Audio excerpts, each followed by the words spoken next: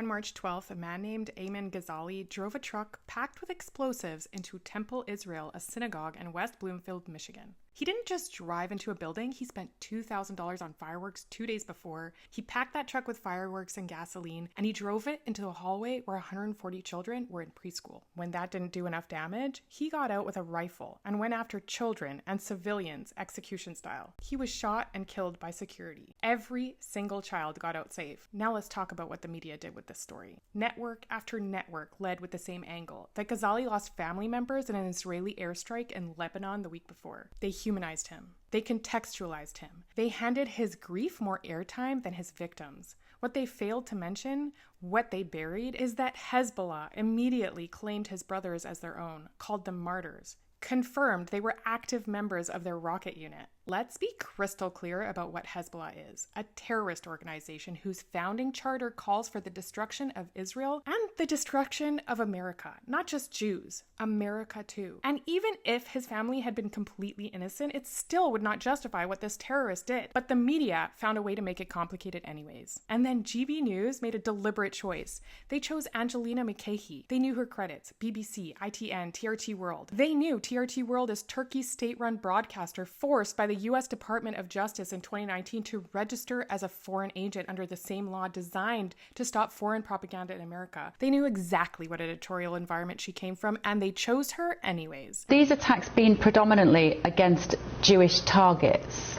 Well, I can't really speak on that directly. I can say that this situation, this was an Israeli temple. It was aligned with Israel. I will say that. A Jewish temple? A Jewish temple. A Jewish synagogue is not an Israeli temple. It's called the Real Israel Temple. They're Jewish.